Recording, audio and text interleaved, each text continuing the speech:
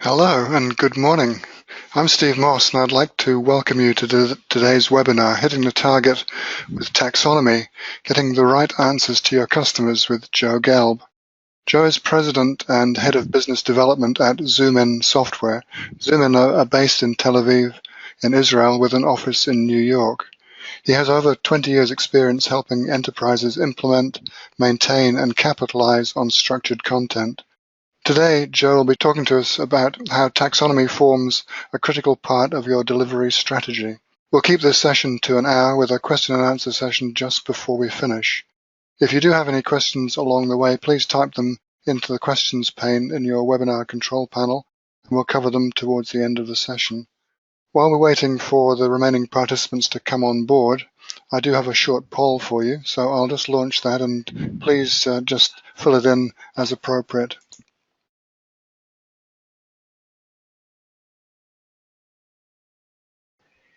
Okay, I'll close it at that point and display the results. Yeah, it's very interesting that there's no online help. Yeah, it is interesting.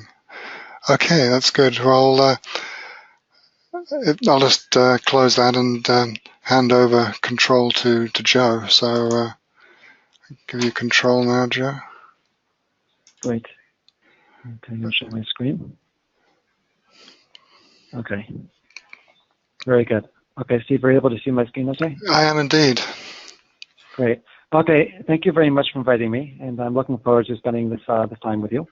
The name of this webinar is Hitting the Target with Taxonomy, Getting the Right Answers to Your Customers. So what we're planning to do is do a brief overview of a problem statement, and we'll talk a little bit about taxonomy and delivery, maybe talking about some next generation, how we can extend this to new deliverables, and then we'll be happy to answer some questions. So a little bit about me. Steve already mentioned, so I'm not going to go into any more. I like to consider myself a dynamic delivery and taxonomy evangelist. It's something I've been talking about for a while, and something I feel, I think, very passionate about. Mostly because I think, just like you guys, we might be involved with technical documentation and instructing people, but we ourselves, we understand, I mean, we live in the world, we use products, and we understand the frustration it is for finding information, and we try to help our users and our customers to find information better. And I think the whole idea of helping people to save time and run a better life by getting information as quickly as possible, I think that's something that we're all involved with, and I think it's something that's worthwhile. So let's talk a little bit about the omnichannel digital experience. Okay, if we talk about omnichannel, or multiple channels of delivering content, that's a term that's used very often in marketing, but more and more it's being used in the field of other types of content or product content. We talk in general about the omnichannel digital experience. So our customers and prospects go through three basic phases. They go through a pre-sales phase where they're discovering better products and comparing products with others and eventually deciding to purchase. And then they eventually purchase our product, and they're using our product, getting help, sharing, personalizing. Okay, and then they become trusted users or evangelizing. They're hopefully enjoying their experience with the products, and they're sharing with others. Okay, and during these different parts of the journey, these customers are looking for information about our products in various forms. It's not like the good old days where people will go right to our website. There's documentation portal these days. People have knowledge bases. They have customer communities, community centers, picking up the phone and calling a support person. Okay, and in all these different channels, our documentation becomes more and more important. Okay, so in different parts of this experience, the documentation that you're writing is important, and not only important in various checkpoints in this journey, but also customers are looking for this in various places and different channels. And our responsibility becomes not just to throw it up over the fence and expect people to find it where we put it, but really trying to put our information where customers are looking for it, and our prospects. So these days, our prospects and customers are looking for answers, okay? And they're generally looking for answers by default, or I guess the major way that most people look for content is through search, and that's backed up by statistics and metrics. So they're either going to Google or they're going to your corporate website to search. And what they're finding is a lot of different stuff. They're finding maybe, if we're in good shape, they're finding maybe parts of our user manuals or our different documentation, but they're also finding knowledge-based articles and community discussions and user guides and all kinds of stuff. Okay, and it's all really kind of jumbled around because often on a lot of different types of silos. So on the one hand, we have this problem that customers are looking for content in different times and different places. On the other hand, the search is not always 100% effective because it's just giving us a whole bunch of links to stuff all over the place.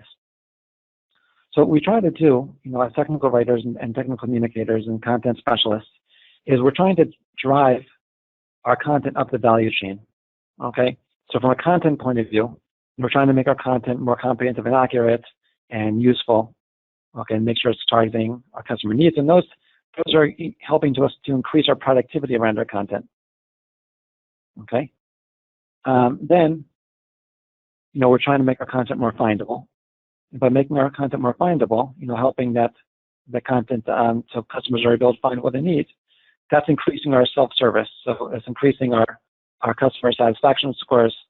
It's our customer effort scores, increasing search traffic, and also increasing case deflection, which basically means reducing support calls. And then we're trying to make our content, more engaging, making it more interactive and personalized, which helps us to improve our NPS scores, our customer satisfaction scores, user feedback, increasing our page views. And we all know that, or we're learning more and more that increasing page views also helps us to increase conversion for leads, for prospects who are coming to our site and who are looking for information. And all of that drives business. Okay, so we have this idea that people are looking for content in different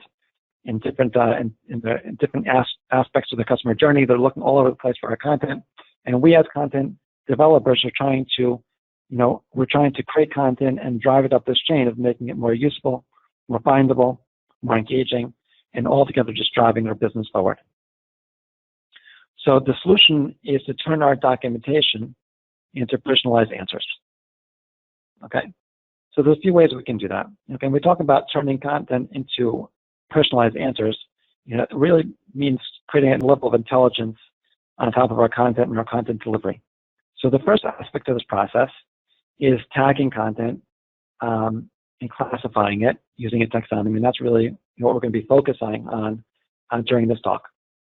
Okay, the second part is using that to personalize the content. So based on people's profiles or where they are in the journey or what we know about them, are they a prospect, are they a customer, are they a partner, or are they somebody inside of our company who's also looking for our content? Based on a security model, we're able to deliver personalized that content based on who they are and restrict content for people who are not supposed to be looking at particular content. And then we want to enrich that content, enrich that experience by recommending content, maybe recommended articles or relevant community posts or other types of content that are being created in various silos. And as people are searching and finding content, and we're restricting the access to content or providing access to content, we want to be able to recommend to them content that might be useful to the answer that they're looking for. So the foundation for a omnichannel digital experience can look something like this from an architecture point of view for content delivery. So a lot of us are writing, we're technical writers, we're technical documentation content, strategists, and we're creating content in all kinds of different formats. Maybe some of us are using XML like data, some of us are using Flare or FrameMaker or Word. We might have engineers out there who are creating content in Confluence or Swagger or these other types of markdown types of API documents. But we have all this kind of formal, curated product content that's out there, and we want to make sure that content is used to be delivering answers. Okay, so once we can take all this content and make it available as part of a content hub, okay, then we can, use the tagging, what we're going to be talking about today, as that intelligence layer across the corpus of content that we're producing in our organization.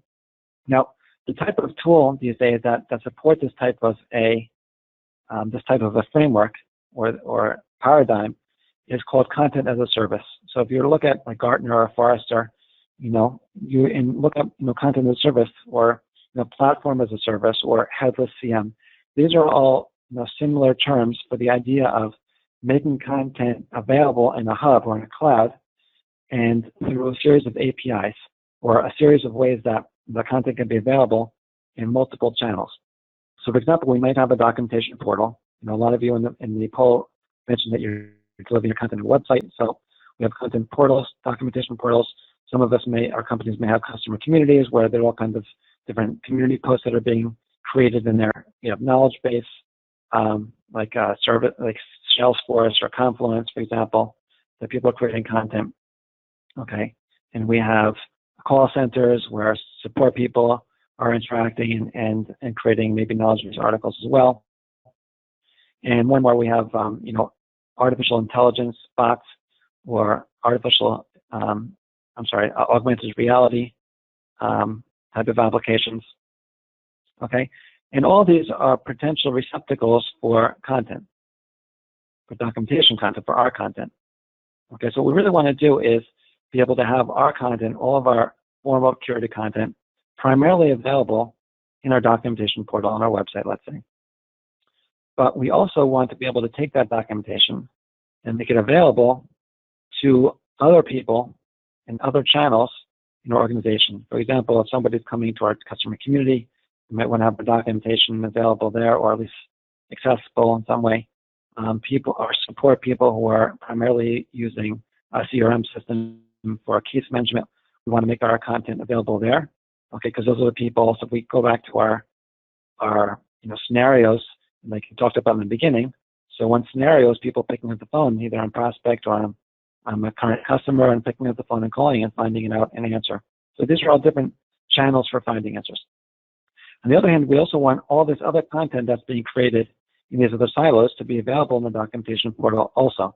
So that's the idea of content recommendations. If we're publishing our documentation content primarily to a website or to a documentation portal, what we want to do also is augment or recommend content that could augment the answers or augment the information that we're providing to customers to give them those answers that may be, relevant community posts or relevant KB articles. So this is the idea of using a framework, a technical framework called Content as a Service, along with a tagging framework or a taxonomy framework, which we're going to be speaking about today, in order to deliver this type of delivery experience. Okay, so this is really, in the way of introduction, of trying to lay out the problem statement, the reality of what customers are doing these days, and really the goal of trying to get our content more accessible, more usable, and then getting the business benefits from that. So if we talk about the steps towards an effective content delivery, I would name them as follows. First of all, I would say that we should start moving towards a scenario-based content model, which is geared more towards user stories. I'm not sure what's going on in New Zealand and Australia. I know in North America, where I'm primarily focused these days, at least, folks are using tools that are, I think, created down in your area, like Confluence and Jira, and they're going to this agile method where development teams, whether it be hardware or software, are looking more at customer journeys and saying, okay, what is the use case scenario of how my user is going to use this product or feature? What are the acceptance criteria? And as we move towards documentation that services that paradigm and makes it more effective or more, effective to tag our content or to apply a taxonomy to that to make it more accessible. A lot of us are, creating user manuals, larger publications, and some of us have moved to XML topic-based authoring, and a lot of us understand that topic-based authoring has a lot to offer in terms of reuse. But as terms of delivery, it's also a little bit problematic. This is a discussion which people get passionate about. I don't know about you guys, but maybe during the question session you'll get passionate about it. But the idea of delivering publications versus delivering topics is a hot topic of discussion around a lot of technical writers. But scenario-based content is a little bit in the middle where we can deliver a series of topics that go along with a particular scenario, and we can label or categorize the scenario in ways which we're going to be talking about later. And I think later on as we talk more, I think you'll see the benefits of this type of approach. So number one is, I think, moving towards a scenario-based content model. Number two is semantically tagging our content based on the taxonomy. And the taxonomy really is this controlled vocabulary with synonyms, which are going to express basically three aspects: our context, like the products, the versions, and other types of contextual information about what our customers using, the goal, the task or the activity type, what person's coming to our site, what they're looking to do, okay, their goal, and access restrictions, the role.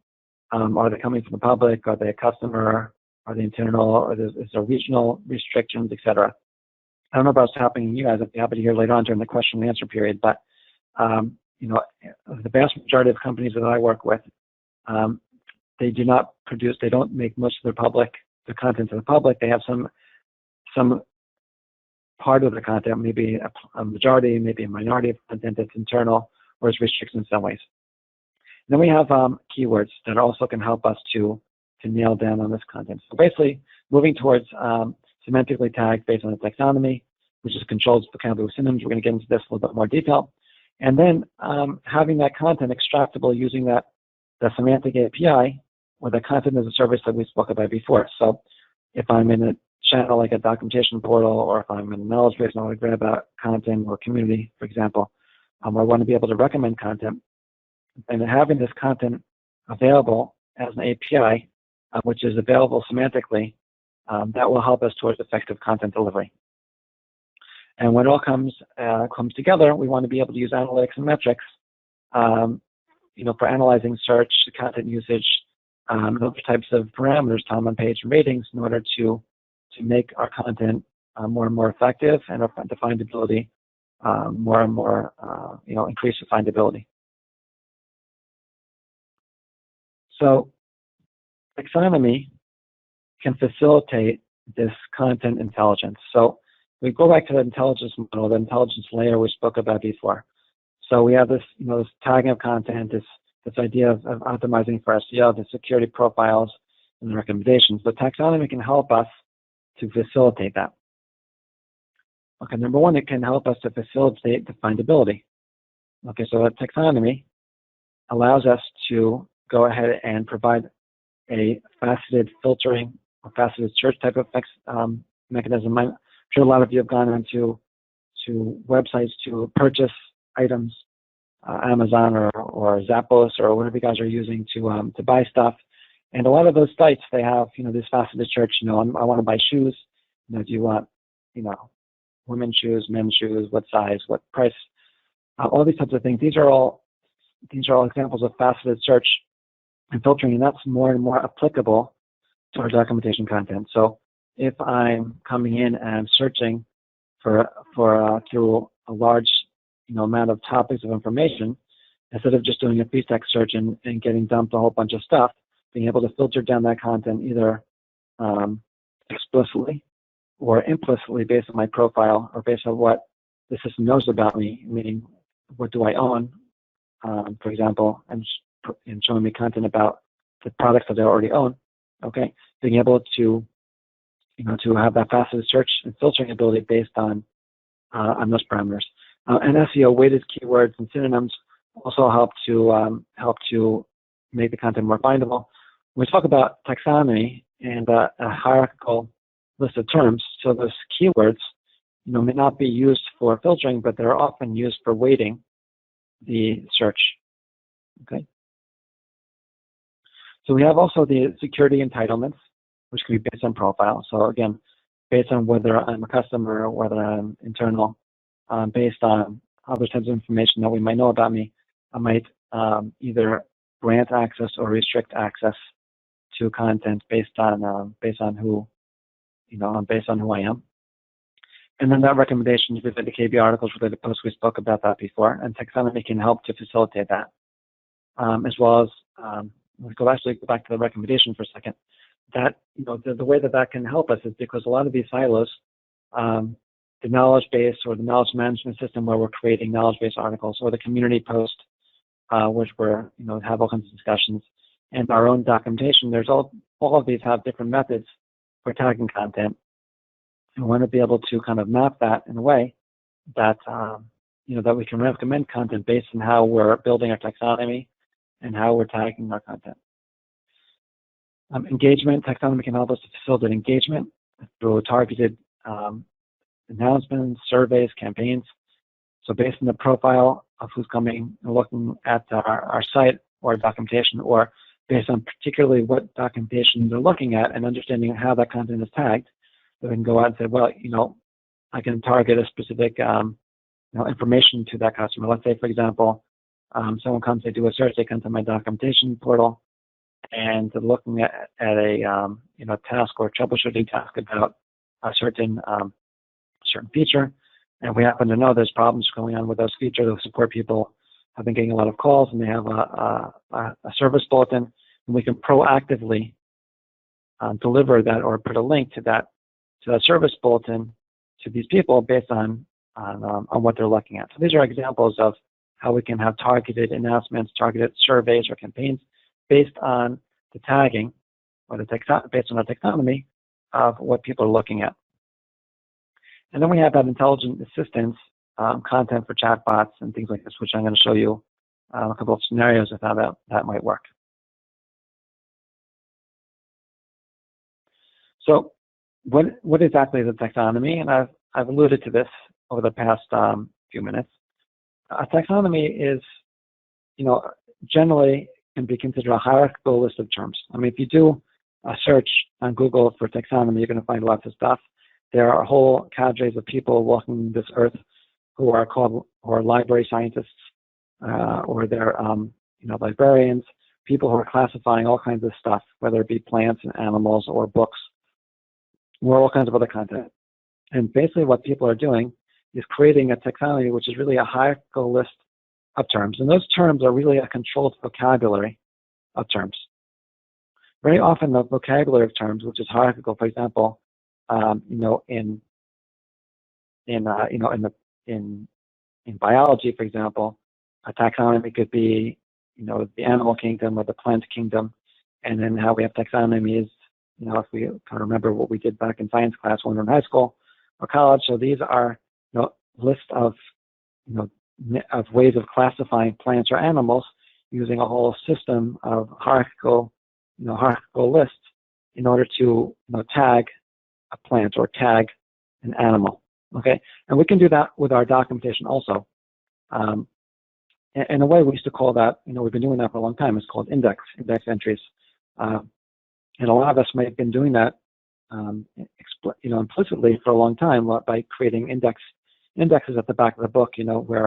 Where a lot of those terms, sometimes they're actually, instead of just being alphabetical, they might also be a little bit hierarchical. So imagine if we were to take that index at the back of the book, and instead of ordering it alphabetically, we're able to order it in some kind of hierarchy, which kind of creates this tree structure of how we look at our domain, how we look at our products and services. Okay, and that's really the controlled vocabulary list of terms that we build for our own domain, our own products. And those vocabulary and list of terms often have synonyms. Okay, various ways of calling these things, and we'll talk soon about how that plays into this idea of creating a better, effective delivery of our content. So this taxonomy defines our model, it defines our user scenarios, and it defines that entitlement model we spoke about before. This model of providing access to content or restricting access to content. This is the basis for classification or the tagging of content. We often talk about metadata or tagging. In the wider world, this is called classification. And I usually like to use that term a little bit specifically because classification is a little bit more broad than tagging. And especially when we're talking about classifying content that we don't necessarily own, like maybe articles or maybe service bulletins and things like that, things that we don't write and we don't have the ability to actually stamp a metadata on there. So classifying the content with taxonomy terms, I think, is a little bit more accurate. A lot of you have heard this idea of ontology. Ontology can provide a formal definition of these relationships between these terms. Okay, so for example, a certain user, right, uses certain types of products, or certain products can be supported on certain types of operating systems, and these types of relationships can help us in a search process or in a navigation process, help us to make that the findability of content much more effective. So how do we go ahead and build that taxonomy? So the first step, I believe, is to define a set of typical user scenarios. Okay, I find that the most effective when I work with a lot of my clients. That's the first thing we do when we start trying to tease out ways that our customers are using products. And I used to be surprised. I'm not so surprised anymore. But the vast majority of companies I walked into with technical writers and all kinds of other specialists who've been working on their products for years, at the company, have a hard time really kind of nailing down, like, wait a minute, how are our customers using our products? How are our customers looking for content? How do our customers refer to our products and services? So the point is kind of defining a set of typical user scenarios from the standpoint of our users. Now, our users might be our customers, our users may be our prospects, our users may be internal support people or service technicians or field service engineers, etc. Okay, we want to express those scenarios using categories of terms. So, for example, role, user role, their goal or their activity, and context, the product, the version, etc. And then a list of other types of keywords which might be useful in honing in on a particular type of content, right, that would answer a certain type of question in a certain scenario. So the rule of thumb I try to fill into people's heads are role, goal, context. Role, goal, who are they? Goal, what are they trying to do? And context, what product, version, service, operating system, whatever are they using? So you want to build our taxonomy based on that. Okay, let's talk about a couple of examples of building a taxonomy or defining the scenarios. Okay, so let's say we have an example. I'm a system administrator. I need to integrate single sign-on with my application's identity provider. Okay, and let's say I'm using a particular software, identity manager, a certain version of that software. Okay, and I'm using a certain protocol. Okay, what I've done is I've highlighted certain keywords or certain parameters, and what we can do is we can formalize those or tease out those key terms into a table with something like this. Role, goal, and context. Who is the user? They're a system administrator. What's their task? What's their activity? They're doing a configuration. They're doing a deployment, maybe. What products are they using? What version are they using? Which protocols might be relevant? And what other keywords might this user go ahead and search for when they're trying to find the answer to this question? Okay, and again, those keywords can be added to our taxonomy and help to boot up the level of, or the weighting of certain search terms in order to improve the success rate of finding this content or the correct content the first time with a minimal number of clicks. I'll show you another example. I'm a service engineer. I need to install a new flow meter using a certain protocol. And I need to connect that to a certain device manager using a handheld field communicator. Again, this is, I've not met you, but I imagine many of you are in B2B or business to business type of companies as opposed to B2C. B2C, I don't know if you have the same problem as I do. You meet someone in an elevator, you meet, your aunt at some barbecue, and she asks what you're doing these days, and say I'm a technical writer, and she doesn't really know what that is. And most people's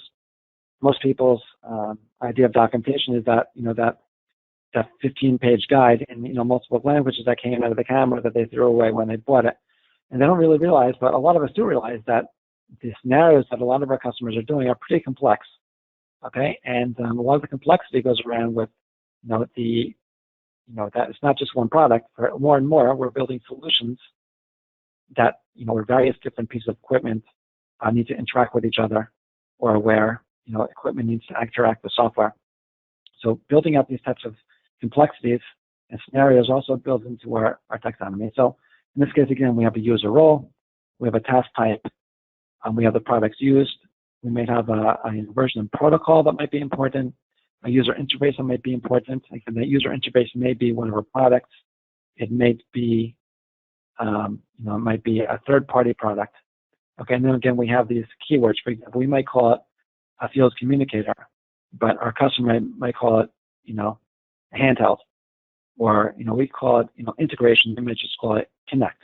But these are just the ways of keywords that are helping as synonyms to define terms that might be helping to find content more effectively. So here's an example. If we were to kind of build this out into the hierarchy, this is what a hierarchy might, or a snippet really of a hierarchy, what it might look like. So we have a product and task type, user role, etc., and those get hierarchical lists. With products, different products, different versions. We have different task types, user roles, access levels. Okay, and those terms very often will have a unique identifier. Okay, now if you guys were not all muted, then I would ask you, why would you need that identifier? And some of you would raise your hand, and I would say, yeah, the reason why is because very often the names of our products or the names of these user roles, they change over time. Okay, we don't want to go ahead and reclassify our content. So by using taxonomy management systems or content as a service engines, as we spoke about before, or other types of tools, we want to make sure that we're creating unique IDs for our terms, so that if the terms change over time, then we don't have to go ahead and reclassify our content, because of that. So we go ahead and reclassify them using an ID, using some kind of a CMS or some other type of way, which we can suggest. And then this classification is done by IDs, and then we can add more synonyms, and we can change the names of these things as much as we want without risking more work for ourselves later on.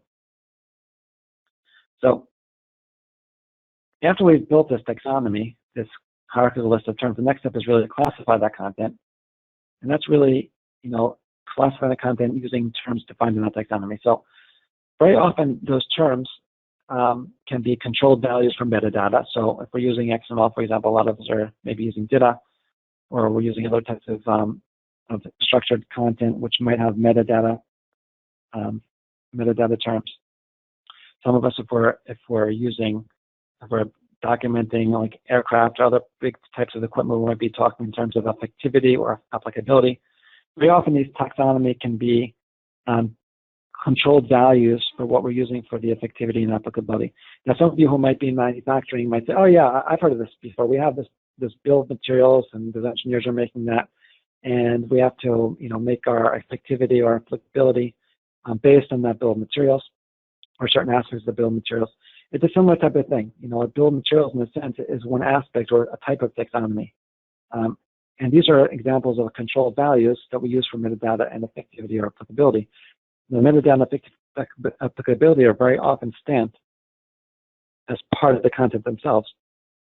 But as we go forward, the best practice really is to classify that content separately from the content, so that we don't need to, own or actually physically change that content. We can allow other people like SMEs, subject matter experts, to classify that content. And again, we can easily update the tagging without changing the content itself. Or we can have the same content. If we talk about reuse paradigms, we can have that content, being conditionalized and being published in different contexts. And each context that it gets delivered as would have a different metadata. Whereas if we were stamping metadata directly into that content, it would be much harder to reuse that content in different contexts. Okay, that's the idea of classifying the content based on the taxonomy that we've developed. So here's an example of a content delivery platform in a taxonomy that was built inside of there. So what I'm going to do is I'm going to come over to my browser for a second. I can actually show this to you. because this is a website that was put into practice or deployed by Dell EMC. And what they did was they went through a process like we spoke about before. They put into place a platform, a documentation portal based on this content as a service that we spoke about. And they branded the portal based on their branding. But the real thing is that they created two things. Number one, they created a navigation system that allows customers to navigate down based on some kind of a taxonomy, but also a set of filters, okay, that allow people to do advanced search based on that taxonomy as well. Now, right now, I went to their public site, docs.vce.com, and I just registered as a user, and you could do the same thing, and this is what I'm looking at. But if I were to register or log in to the same site as a support person or an administrator, let's say, or a partner, I would expect to see access to more types of content and more filters, and that's exactly what happens. Okay. Similarly, with this navigational structure, I see more content as my profile changes and I become closer and closer to the company. Okay. Now, as I'm able to navigate to the system, navigate to the system. Okay, I'm navigating through. What I want to point out is that the filtering system or the advanced search system can be sensitive to how I'm navigating down to the site. So if anyone comes and just clicks on the search bar and starts doing a search, then we want that search to be already constrained based on my profile, but also constrained based on where I've already been on the site. Okay, and these are examples of how we can create a taxonomy. Taxonomy manifests itself in an advanced search filter, but also manifests itself as part of a navigational structure, and the two can be connected in order to reduce the number of clicks that someone's going through when they want to find a piece of content. Okay. I'm going to go back to the presentation. Okay, here we go. Okay, next slide. Okay, metrics and analytics. Okay, so metrics and analytics can drive maintenance of that taxonomy. Okay, so this is a slide actually that I got from a company called Riverbed, and they also implemented a similar paradigm. And they started tracing, the number of hits. Many of you may be already getting some metrics on many of you have said that you're delivering via website, so you may be already getting some information like this about how many hits you're getting a certain type of content. But they're also tracing like how long people are sitting on a particular topic of documentation, and the hit and run rate. So on in a consumer site, site where I'm selling things, hit and run is usually a bad thing. But for a documentation site, often hit and run is a good thing. It means someone searched, found a topic really quickly, sat on an article for a few minutes, read it, and then left because they found exactly their answer. Because they've been tracking this type of metrics, and they've also been tracking their search terms and the track error and the errors in search, meaning people who have searched for stuff or something and did not find any results.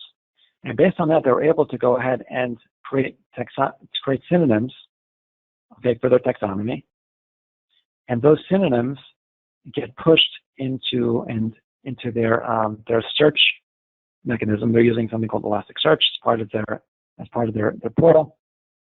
And so we see here how getting metrics can help us to maintain our taxonomy and constantly tweak the search experience for our customers. Now I'm going to jump back in to the I'll go back to this browser again for a second. I'm going to show you their website. Again, this is a public website, so you can take a look at it yourself, help.eternity.com.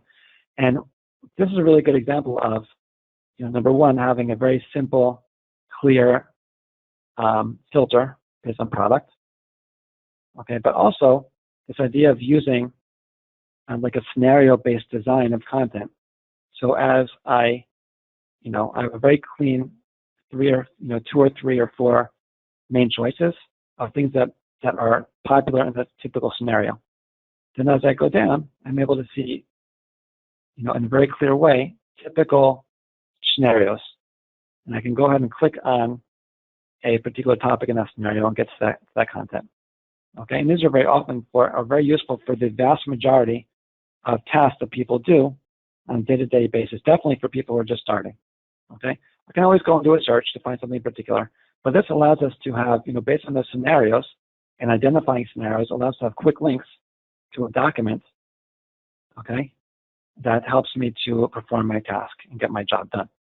Okay, and we can see here how the content has been tagged based on the taxonomy, the name of the product, their user role, okay, some other content, some other parameters that they feel is necessary or useful for tagging their content. Okay, so here we see, I think, a good example of a company who has implemented a web portal. They've implemented the taxonomy, which is kept simple from a usability point of view. Okay, but they've used those scenarios also to create a navigational structure to put the most common scenarios up front, but also allow a very effective search to find topics that are, make it a little bit more, in the weeds. Okay. Okay, back to the slides. Okay, let's talk a little bit more about how we can use this taxonomy and advanced uses for such a content as a service engine. Okay, meaning a lot of us might be thinking, great, Joe, what you're saying is great. Like, I can have it in my WordPress, and I can have my Drupal, and I can make my taxonomy, and I can put my content up there, and I can have a documentation portal, and that's a really good start. But going forward, we have more and more advanced uses for extracting content where a more robust semantic scheme or semantic APIs can be very useful. So, for example, here we have a context-sensitive help, and I know a lot of you said that you're not, and this beginning of the poll, so you're not using context-sensitive help, but I'm going to talk about this a little bit anyway. The idea of having context sensitivity to either help or to a website is very ubiquitous. And so the idea is being able to, instead of encoding context IDs or hard-coding URLs into our applications, being able to have our applications look for content based on the context of where they are. So very often our product knows, as a cloud product or software or even a hardware device, it knows, it can identify itself. It can identify maybe some kind of error code or firmware version, things like this. And based on the semantics, okay, it can go ahead and pull out documentation or a documentation topic that are most contextually relevant to what's going on for that particular user, either if I'm using an interface or for a particular device for in-app help or things like this. Okay, this can be for apps, it can be for devices, it could be for applications like cloud applications, for example. Okay, and we have customers who are more and more moving to this paradigm because it makes the maintenance of a context sensitivity or context sensitive help much more effective. The second use case I want to bring to your attention is Internet of Things or Internet of Things IoT apps. And this is where the customer experience is moving more and more towards. So the idea here is that I might have a troubleshooting topic that I've created. And once that content is, I've created that content and I push that into the content hub, like we spoke about it before, that's now in the cloud and that's really accessible now to my documentation portal, but it's also available in the following way. Let's say I have a device. In this case, we have one of those little robots that runs around the living room cleaning up stuff while we're at work. Okay, let's say that device has an error. Okay, that device is able to communicate and say, oh, I'm a device, I have a certain version, I have a certain status, and maybe a certain error code. Okay, once that device is able to communicate, it often communicates through an internet, and it can communicate in a way that an app, a handheld app, can have access to that. So let's say I'm sitting at work, or I'm sitting in the kitchen, and all of a sudden this thing starts beeping, and there's a problem. On my app, let's say, I can get detected, there's an error detected. Okay, I know exactly what's going on. That app can go ahead and reach out to the content hub, okay, and reach out and find the most contextually relevant troubleshooting task for the situation. So for example, it can build a semantic query such as what we see down here: product, version, error code, firmware, audience, etc. And that could help us to hone in as quickly as possible on a troubleshooting topic that can be viewed right inside the app. Okay, and someone can kind of go through that app and go step by step. Again, this could be a consumer device, or it could be a larger controller, for a chemical plant or something like that. And then more and more, these devices are becoming interactive, where you can actually click on like a fix button and push commands back to that device. Okay, these are things that are happening more and more today. Okay, and later on during the question and answer period, I'd be happy to hear if you guys are doing things like this. Okay, the next scenario I'd like to bring to your attention as a possibility is enabling artificial intelligence and answer bots in order to solve problems. Okay, so let's say, for example, okay, let's say, for example, the same Roomba is roaming around the room, and this thing starts beeping. So we go to the site, we go to the Roomba site, and we say, if this chatbot pops up and says, "Hey, how can I help you?" And I say, "Hey, my Roomba just started beeping. It says, RS6, how do I get to start again? Help," right? So an artificial intelligence or artificial, these natural language processors are able to parse this question out into a series of entities. So entities, for example, intent, symptom, error code, sentiment. So we can take those entities and combine them with what we know about the person, the role, and about the product that they're using. Okay? And we can go ahead and pull out content based on a semantic call. So we can turn that conversation or that question into a semantic API call, as you see on the screen: product, type, error code, audience, symptom. Okay? And then we can go ahead and start building an answer. Okay? So let's say we have tag content could be fed to that bot. The bot says, "Hey, your Roomba is stuck in a dark surface over an edge or on a threshold." Now, if some of you are using structured content like, let's say, data, okay, you already know that content could be structured in a way that if we have a task, it could be context and then a series of steps. And that information can be actually fed to a bot. So instead of the bot just saying, "Hey, click here to view the right procedure on my site," which is also actually not so bad, the bot can actually walk me through this scenario. It says, "Hey, your context, your Roomba is stuck. Step 1, move it to a new location, press clean." Okay, did that work? Customer says yes or no. They say, "Yeah, it worked." Then chatbot says, "Okay, happy to help." If not, they can go ahead and try the next step in the process, either a troubleshooting task or a troubleshooting topic or another task. Okay, so 3 examples of using semantically tagged content based on tags or based on classification, which is based on our taxonomy, which are based on user scenarios, can be used to create a more intelligent user experience for finding content. Okay, so I'd like to thank you very much for your attention and for inviting me here, and I hope you got something out of this. And at this point, I'd be very happy to field any questions you may have. We haven't had any questions come in yet, Joe. I'm just waiting for people to type them in.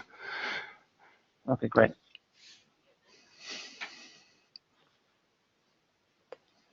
So I'd be happy to hear any of you who are on the call. First of all, if you found this, may not be a question, but if you found this interesting, if you know of anyone's implementing such a thing, is it something that you think that might be useful for your organization?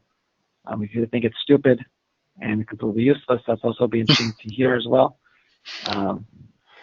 I guess the question is just at what stage these sort of the bot type devices will start to have a major impact on the way that we work as technical communicators. Yeah, so that's a great question. Last week I was in California, in Santa Clara. I was at a company called NetApp, and I was talking to a bunch of technical writers there, and they have a lot of they're pretty advanced. They have a structured content. They're delivering in some kind of portal. In any case, someone in their support department got a whole big fat budget to implement chatbots, and they actually implemented. They have a chatbot, and to the chagrin the technical writers who have all this great content, they were then requested to go ahead and start copying and pasting URLs, into typical questions. So, and that's a common use case these days for chatbots. You create a chatbot that is really smart at parsing on the question, but is really stupid at getting the answers.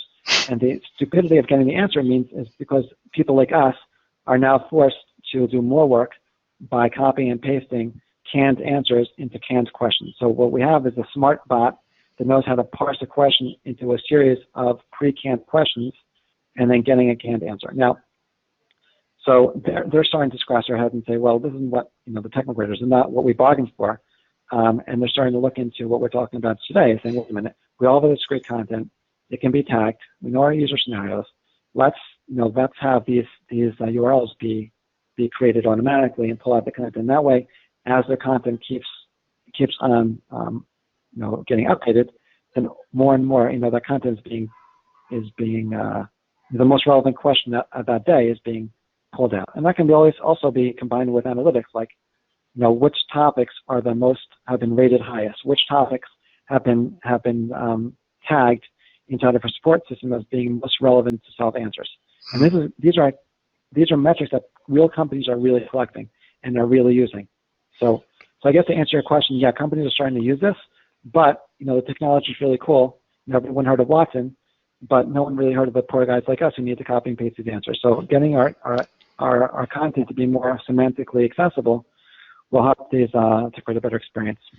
Yeah, so basically early days yet, but obviously the way that we'll work over time will potentially change substantially to assembling and devising suitable content to be delivered by these kind of engines.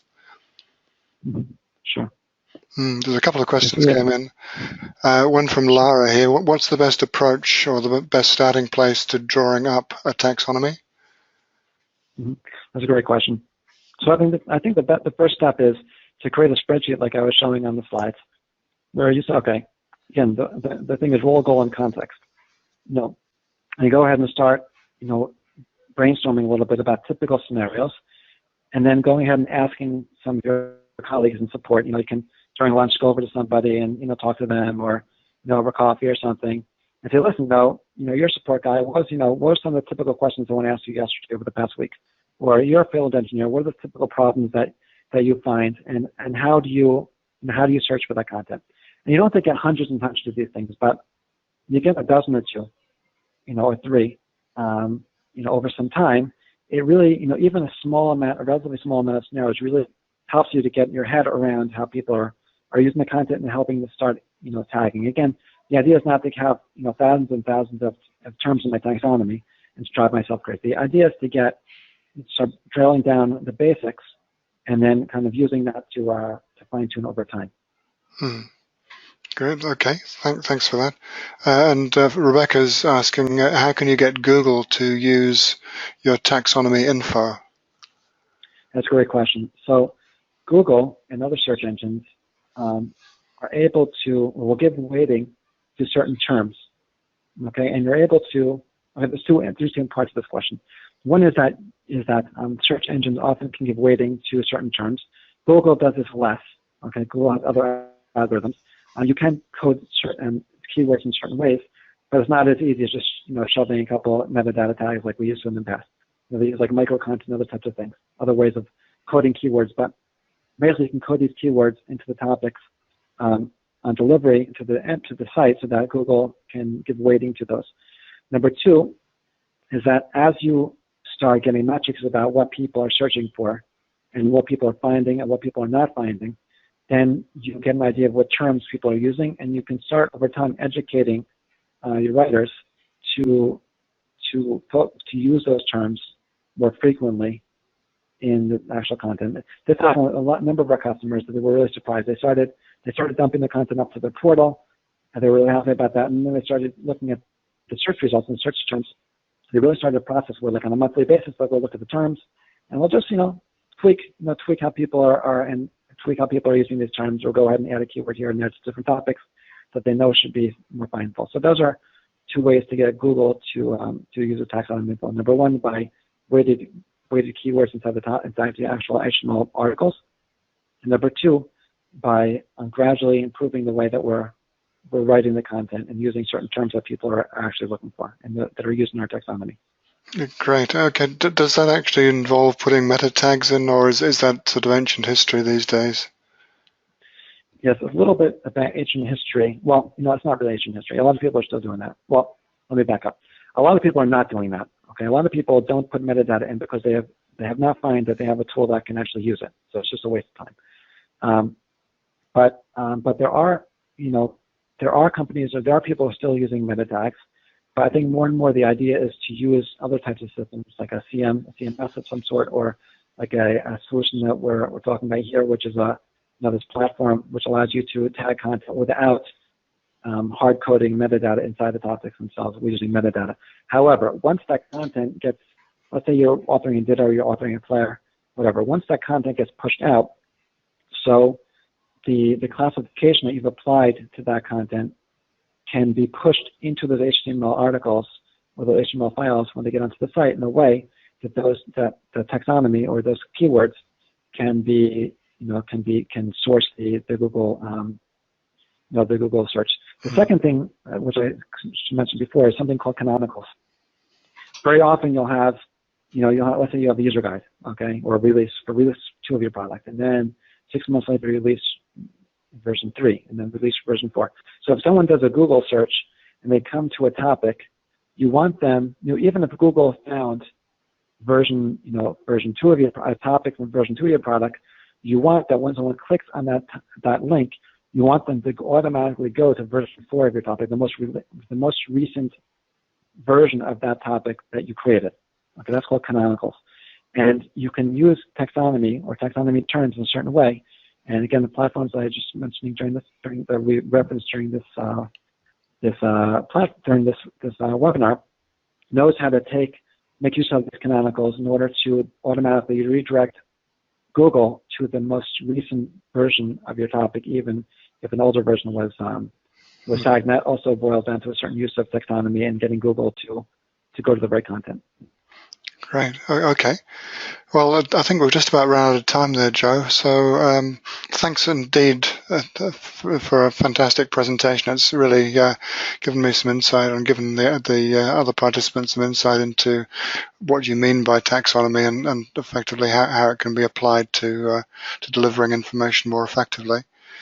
I'd like to thank you again and thank everyone for coming along today.